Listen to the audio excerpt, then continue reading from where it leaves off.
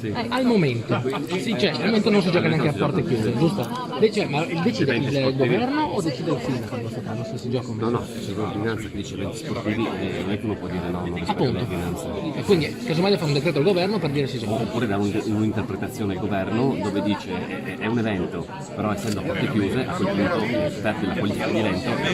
Però per te al momento non si gioca. Allo Stato non fa un confronto col governo, se c'è questa esigenza che ho visto richiesto dalla Lega Serie A, su questo faremo una valutazione domani o quotidianamente una riunione, faremo presente anche questo, nel caso siamo anche con i governatori che hanno fatto l'ordinanza, se c'è condivisione ovviamente. No, ma perché c'è la logica che si apre uno stadio, 200 persone che lavorano più o meno ci sono, Sì. no? Bene.